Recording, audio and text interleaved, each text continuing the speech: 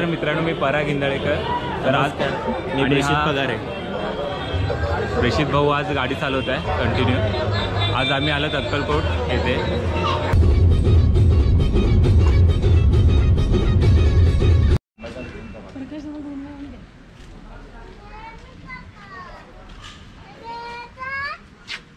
Good morning प्रेषित भाई. दिसत नाही. बाप्पाचं नाव घेऊन प्रवासाला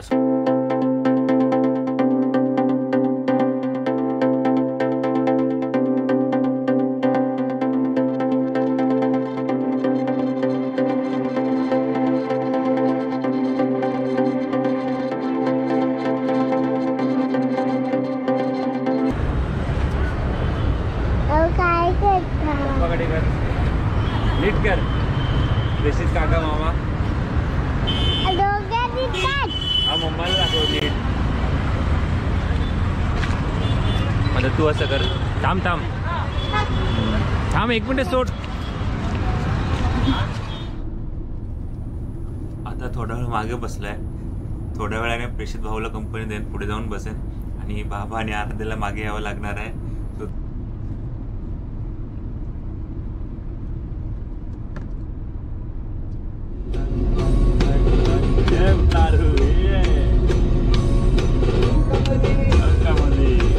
नाचायचं नाही आपल्याला. नाचायचं नाही. हे आबग आहे. कुठून चालत आहे. समोरून बायकोवर गेला. इकडनं गेला असा बाजूने. श्री महाराज की जय. सवारी भवानी चौकामध्ये गए चौकामध्ये.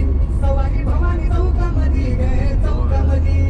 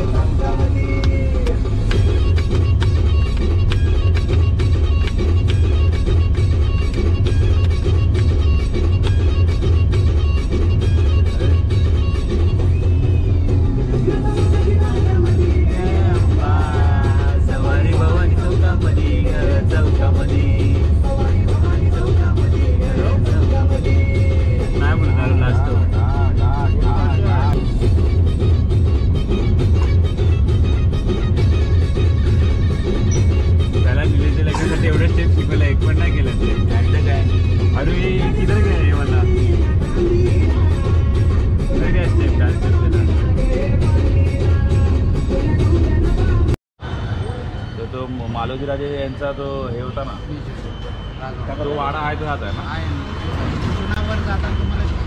हा तो हायवेवर झाला. मी बघितलं आहे.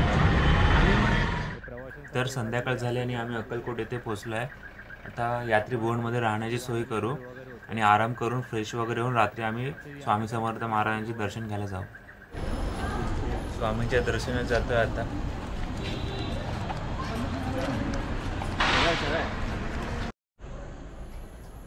इथे आवडलेली म्हणजे ही एक छान कलाकृती आपल्या छत्रपती शिवाजी महाराजांच्या स्मारक आणि सभोवतालचा परिसर खूप सुंदर आहे.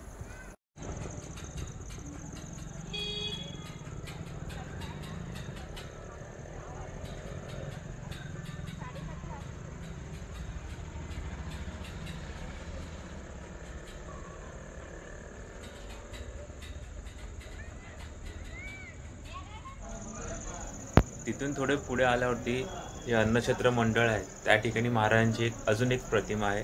खूप छान मूर्ती आहे आणि स्वामींची छान मूर्ती. आता यात्री भवनच्या बाहेर जाऊन आता एक रस्ता आहे. तो रस्ता क्रॉस केल्यावरती समोरच स्वामींचं मंदिर. नमस्कार मित्रांनो, मी पराग इंदळेकर. तर आज मी प्रेषित पगारे. प्रेषित भाऊ आज गाडी चालवत आहे कंटिन्यू. आज आम्ही आलो अक्कलकोट येथे स्वामी समर्थ महाराजांचे दर्शन घ्यायला.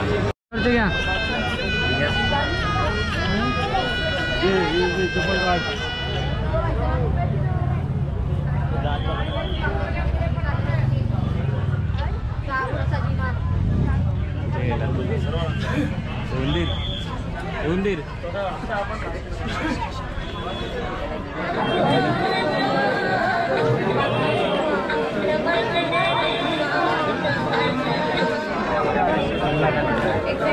Three generation in one frame.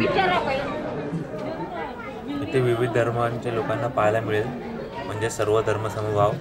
आता आम्ही मंदिरात प्रवेश करतोय. आता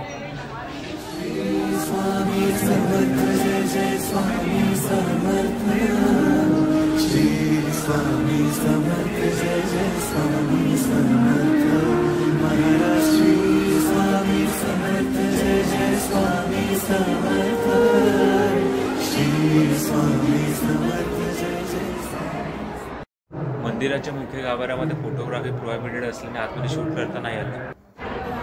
इथे येऊन खूप छान वाटलं, खूप छान दर्शन झालं आणि आई वडिलांसोबत आपल्या परिवारासोबत येणं म्हणजे खूप भाग्याचंच. हा वटवृक्ष तर सर्वांच्या ओळखीचाच असेल. इथे स्वामी समर्थ महाराज तपश्चर्या करायचे, तोच हा वटवृक्ष.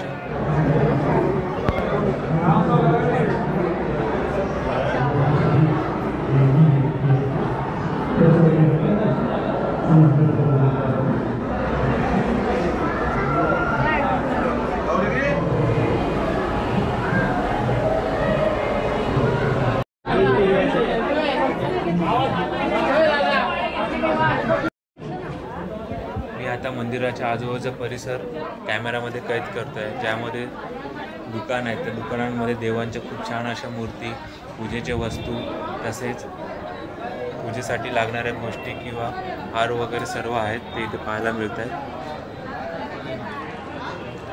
आता इथे पुढे गेल्यावरती पुस्तकांचं एक दुकान आहे. तिकडे त्या ठिकाणी खूप प्रकारची पुस्तकं आहेत आणि पुढे जाऊन उपहारगृह पण आहे. तर त्याच दिशेने जातोय आता.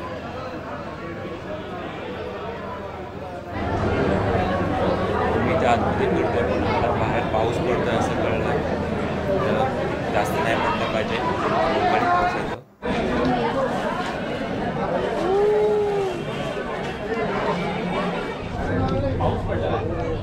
पाऊस पडलाय.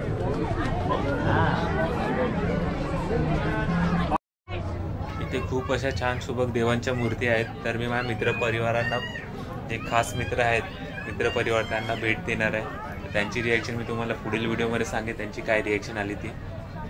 स्वामी समर्थ श्री स्वामी समर्थ श्री स्वामी समर्थ श्री स्वामी समर्थ श्री स्वामी समर्थ श्री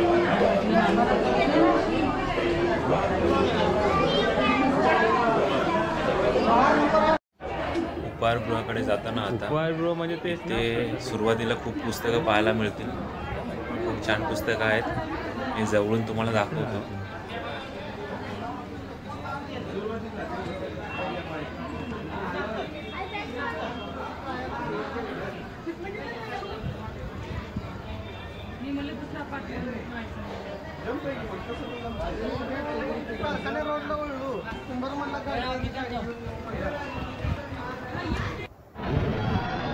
अन्नछत्रात आलो आम्ही आता. खूप छान असं स्वादिष्ट जेवण दिवसभरची वाट पाहत होतो आणि इथे कित्येक जण बसले आहेत आणि बाहेर पण रांगा लागलेल्या आहेत. यामध्ये मला सर्वात जास्त आवडलेलं शिरा मी 2 वेळा घेऊन खाल्ला. खूप छान, म्हणजे खूप छान चव. हे यात्री भुवनच्या समोर असलेलं गणपती बाप्पाचं मंदिर, तर दर्शन घ्यायला आलो इथे. मला जवळून दाखवतो.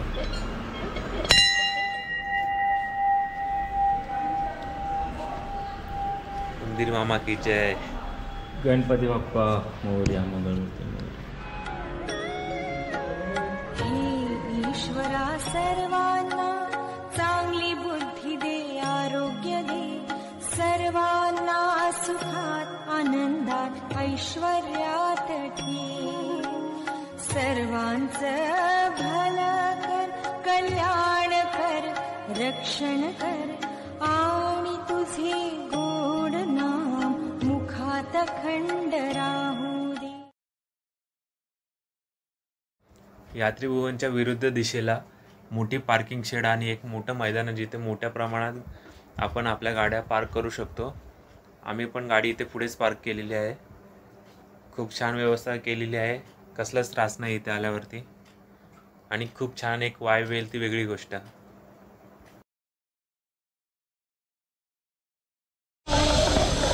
ठिकाणी अन्नक्षेत्र, तसेच पुढे गेल्यावर शिवचरित्र, धातुचित्र, प्रदर्शन हॉल, तसेच लहान मुलांसाठी खेळण्यासाठी गार्डन आणि गणेश मंदिर आहे.